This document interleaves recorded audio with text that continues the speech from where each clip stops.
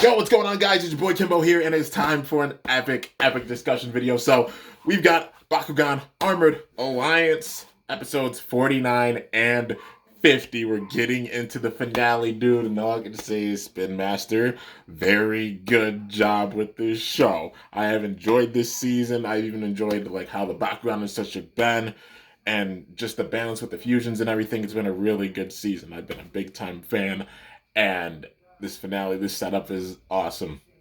So before I get into it, anybody who hasn't seen it and doesn't want to know, I'll give you 5 seconds. Also, of course, I've shown this in a couple other videos, but first discussion one with them, peep the new gloves. Because new year, new channel, color, and new gloves. So, without further ado, let's get into it. So we got episode number 49. This is coming off the hinges of Havoc getting the ultimate fusion Bakugan, that being Sabrus X Arliss, aka Sabrus or Sabra X Pyravian. He got the power of Pyravian, Sabrus absorbed it, and now has become an absolute monster of a Bakugan. I love it because it's just it's an interesting Bakugan because it's so majestic because the parts of Pyravian, but also really, quote my, well, excuse my language, but like really badass design with all the 5 heads of Sabrus and then the wings and such, and just wild, dude. And those colors coming out that much more when Sabrus gets the power of Pyravian. But yeah, man, coming off the hinges of that, Havoc saying that he wants to set up a special stage for it. So, aka, this will be the final battle of the season, and the build-up's been absolutely epic. So this episode was honestly a feel-good episode. I know some people aren't the biggest fan of the filler episodes and such, but I enjoy it. There's a big-time balance of like some filler episodes, but also the filler episodes still have progressed the story. But also the big-time episodes being wild. Because it definitely seems like they're going to try to, like, not, if not same level, outdo what they did with the first season with the final battle, so I can't wait to see how it's going to go.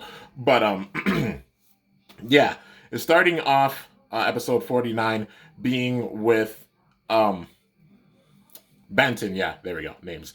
Benton trying to figure out where Havoc is, and then he says he's going to sit there and research it. And basically, the Awesome Brawlers' hands are tied. They can't really do much except wait for them to find out where the heck Havoc is. But at the same time, Havoc is having McHugh, Sophie, Everett, Storm, all of them plant bombs across different areas of both Earth and also Destroya, because he has the power to teleport and such, So he's probably had them teleporting all over the planet, just putting these bombs everywhere. So it's going to be a really wild sort of game that he's setting up. But at the same time, while they're doing this, the Awesome Brawlers don't know this. But, they're all just sitting in the hideout, just trying to figure out what they can do. And then Dan's like, let's have a Bakugan battle. And then I've got something even better. And then he invites everybody. The Awesome Brothers invite everyone. And I love this because they're bringing in older characters and such. It might be like, oh, we don't get like these certain Bakugan with new ball forms or anything with this. Because they always want to progress and get new Bakugan in the show and such. They're going to do the same thing with Season 3. But one thing I really love about this season is that they still have these characters coming around. Characters like Emily and China. They progressed the story more with Emily and really made her a big-time powerful character, which that's really cool.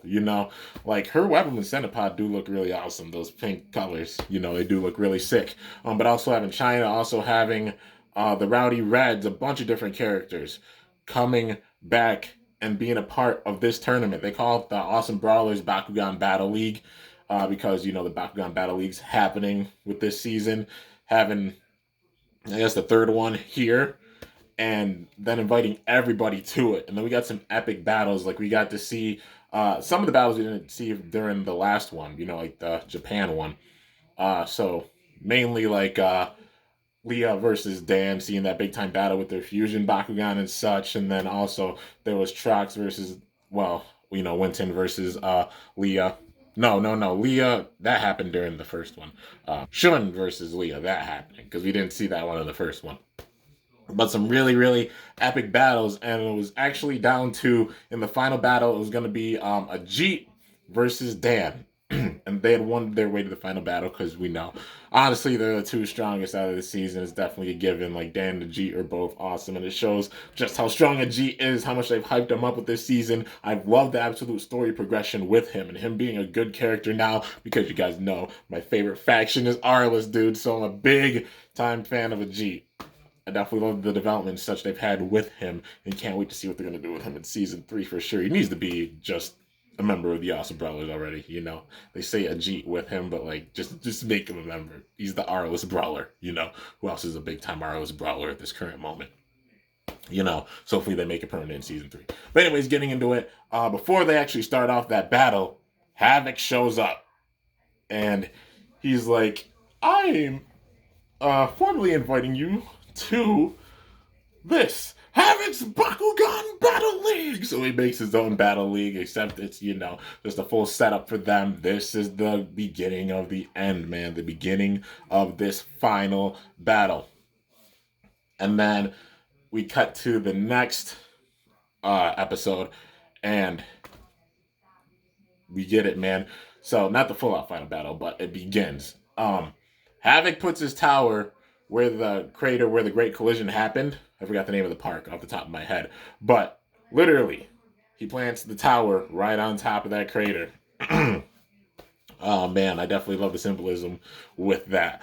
But he sets it up and he says, this is my battle league. So the options here are you fight your way through the tower. Once you make it to the tower, you will do battle. But if you don't comply, then I'll be destroying different parts of Earth. But not only Earth, but Vestroya. And then one of the rockers, I forgot his name, he questioned him and said, you can't do that, can you?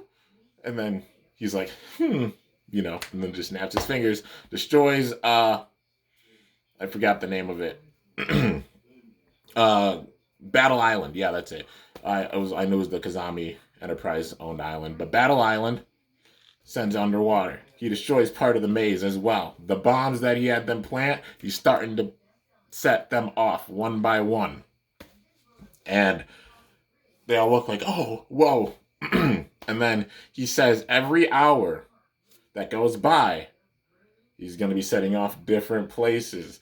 And this honestly pays some homage to the first season. I don't know if anybody else caught it, but like the homage with the first season, because in season 4, Magmel and Razenoid, obviously Brodies and Darak, when they got mutated and such, at the very end of it, they had a bunch of Dreadion Titans, the Mectagon at the time, drilling into the like the center of the world from different areas around the world. And, you know, you have holes there, it'll cause the entire planet to break apart and explode. So they had to rush around and then take out all of them, but also Dan having the final battle with Magmel and Razenoid while they're all trying to stop this. So it pays big time homage to that, like at least in my mind, because just the whole time factor and such, or the world to be destroyed, that type of thing. But every hour afterwards, he sets off some of the mines. So then they all go straight for the tower, but they're greeted by a bunch of mechanoids, and then they're trying to get through the mechanoids. So a few of them move on, but others helped. Also, Emily and China helped them too. Everybody was stepping in because they had seen Havoc and such. They didn't know about him before this point where he showed up in front of everybody. The Awesome Brothers did, but nobody else did. But then they caught on to it, just seeing how things were going. Like, this is bad. We need to help. And even China, like characters that we saw that used to be honestly kind of evil, now being like the good characters of the season. That's really, really cool. Just progression of the characters and turning good. And it definitely shows with this. So, meanwhile, the Awesome Brawlers are all fighting forward. And they get through the first mechanoids. But then a giant mechanoid shows up in front of Havoc's tower. But then a huge blast comes in and knocks out this mechanoid, at least for the time being. It's none other than Magnus, dude. Magnus shows up like a beast and helps out the Awesome Brawlers. And then he's like, quickly, go. You know, you don't have much time. You got to get in there. And so they all run ahead. And then Magnus is getting ready to go. But Nilius Enoch, the mechanoid, grabs Nilius Enoch and holds it back. And then Magnus runs out of time and can't make it in the tower. But then his last words, at least to Dan, before their fight, you know, with the mechanoid, was, like, you have to win, Dan Kuzo. There's a lot at stake here. And that's what he said to Dan. And then sure enough, the door closes and he's like, Magnus, you have to win. And then he's like, yeah, I'll win. And then after that, we get the Awesome Brawlers battling throughout the tower. So they're on the first floor, and I love the way they built this up, dude. So, first of all, it's McHugh and Everett that show up, and they have their fusion Bakugan with them. And then McHugh is greeted by Shun. McHugh faces Shun, so they're obvious big time beef. The Kazami family, you know, everything with McHugh and Shun. The story goes on for this season, you know. uh, they settle it with this. They're settling it with this battle. And then Everett versus Leah, because Leah being a part of the film and such, and then kind of ruining Everett's name because he was getting bad thoughts and such with it and just being kind of a jerk, you know. And then afterwards, obviously getting under the influence of Havoc. You know, all these stories just tying in together. I love it, man. So they stay behind and they battle with the Arliss Bakugan. So the Bakugan from the maze actually come and help out the Awesome Brawlers. So then all the Awesome Brawlers are actually battling with the Arliss Bakugan. So then we've got, you know, Hydrus X Trino. We've got Pegatrix X Goreen facing off.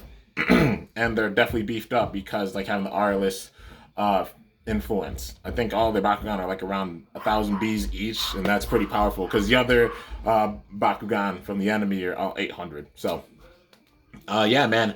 And then they go up, and there's two different paths. So they decide to split up on those paths. So it's Winton and Lightning that go on one, and then it's Dan and Ajit on the other. So Winton and Lightning, of course, running into Sophie and also into Ebony. So the story, obviously, with Winton and Sophie going back, like, oh, the cruelty for Bakugan, you know, they need to be free, like Bakupita, you know, before Sophie got corrupted by Havoc and then not being the biggest fan of Winton, you know, with that, because just how they're being with the battles and stuff, and then that whole beef starting with them, you know. And then Ebony and Lightning, all the side episodes with Ebony and Lightning tying together at the end like this, and they're weaving it all together into this final battle. Absolutely amazing, man. So it shows the episodes that people might have thought were side episodes or like filler episodes weren't. They helped develop the story that much more, and that's one thing I really loved about this season, for sure. And so they've got that fight going on, so you know, it's definitely going to be a given. All the Awesome Brawlers are going to beat them and then probably snap them out of their senses, and then they'll become good. Finally, you know, be freed of Havoc's, you know, Havoc's energy, and then after that, probably turn good. Because they all had, like, well, mainly Sophie. She had, like, it wasn't a bad motive, just the way of doing so and trying to convey it and not understanding things.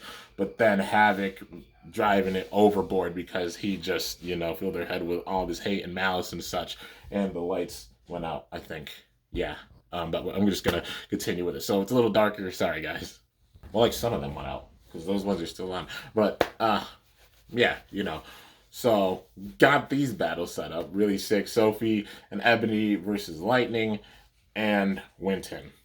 So selling that, and they're obviously all going to free them from Havoc's control and hopefully make them good. But, you know, like I said, Sophie's motives were never, like, really, really bad or anything. Yeah. But, yeah. But then we fast forward to the other side, so we got Ajit and Dan. And the lights are back on. It's just a breaker in the house, you know. But, yeah, Ajit and Dan. And then Storm shows up. So, Ajit decides to take on Storm. So, this being this huge battle between those two, you know, we know the history with them. Former companions, Phantom Thief. Basically, Ajit kind of seeing Storm as not only like the King Phantom Thief, but also like his father, like a father figure for him, and getting this culminating with this battle, man. So definitely see Ajit beating Storm and then turning Storm good. You know, seeing that for all these battles. But with this battle, Ajit actually tosses Auxiliator to Dan, and then he's like, "What, Ajit?" He's like, go ahead. You go on ahead. He's waiting for you. And then he told Storm that he's a fool for letting Dan go by. And Storm didn't care. He was only there for Ajit, settling that score. So it's a given. All these battles, they're going to slowly win and then turn that respective character good. And then we get the final battle. Dan makes it all the way to the end. Havoc sitting there waiting for him. And also, back when Havoc first showed up during the Awesome Brawlers Bakugan Battle League, he captured Drago. Uh, he had Sabra Pyravian come out, or Sabris X Aurelus come out, and then put this prism around Drago and trap Drago. And then when he vanished, he took Drago with him. So that's another incentive for them to come to the tower, save Drago. And then sure enough, Drago's trapped. So Dan doesn't have Drago's power right now. He has Gilator with him. And then obviously the battle with Sabra Pyravian. So it's gonna get tough. Yeah, I definitely see it being like how they did with if anybody watched, I know it's a Beyblade reference, but if anybody watched Beyblade Zero G or Shogun Steel, the final battle with like DNA, how they did like a divide and conquer strategy, they tried to, but then just out strategized them a little bit and they were all struggling. But then one of them won and then went to help respective characters and then got the advantage. I see that happening with this. So it's going to be like tough battles. They're probably going to be able to say that being like Winton, Winton, Lightning, Shun, and Leah. They're probably going to win all their battles and then make their way up and help out the others. Maybe they are struggling with their battles, then they help out one another, or they all just get through their battles pretty easily, because they've got really strong fusion Bakugan with the influence of Aurelus. But maybe in the context of like Ajit and Dan, because right now Drago's trapped, and then Dan's gonna definitely struggle with that, because Havoc's gonna be using Sabra Pyravian, but Havoc's gonna be using it, but Dan doesn't have Drago's power with him. So it's going to be tough for Dan at first. So maybe Ajit wins against Storm and then goes and helps Dan. And then that's how we get Drago, Auxilitar, and then the Infinity Gear coming in. And then we'll get Dragonoid Infinity versus Sabris X Aurelus. We get that final battle, which is going to be really intense, man. It'll be really awesome if they all make it through their battles and they're all sitting there watching the battle. Like everyone. The others find their way into the tower. The Awesome Brawlers also making it, of course, with all their battles. Maybe Magnus like breaking a hole in so everybody can sit there and watch it. That would be sick. And then the full out final battle, it's gonna be really intense. And definitely Dan's gonna come out on top and beat Havoc once and for all with this, because it being the end of the season. And then we get the build up to Geogon Rising.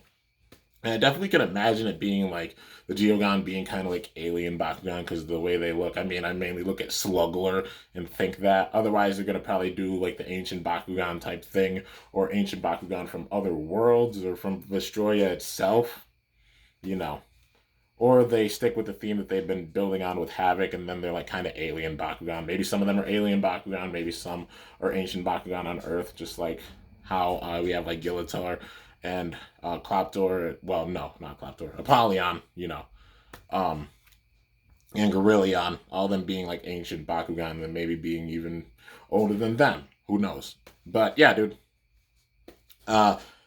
Anyways, I've definitely loved the way that they build up this season. It's been so awesome. I've absolutely loved the show. I've absolutely loved the figures.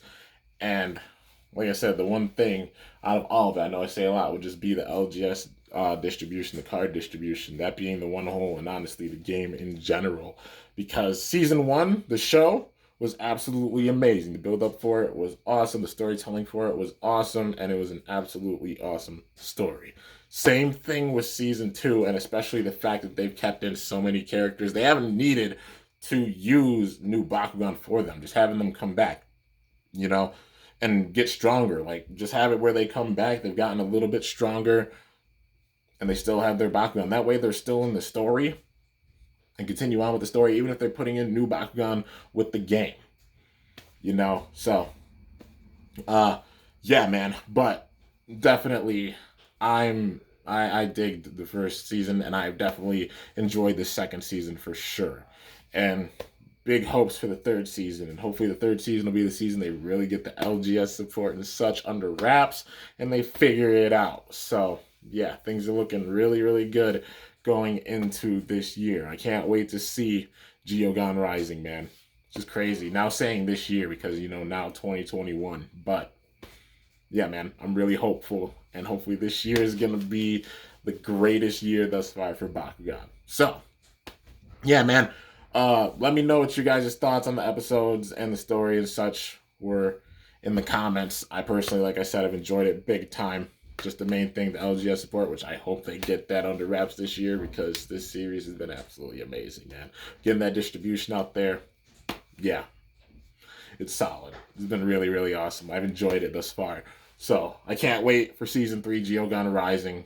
It's going to be epic. But I hope you guys enjoyed. If you did, be sure to slice the crap out of that like button down below. Let me know how I did. If you're new to my channel, definitely be sure to subscribe for some epic content because I upload daily. And if you haven't already, be sure to ring that bell by my channel name to be notified whenever I upload a video. Starting this year off with 68K, man. Who knows?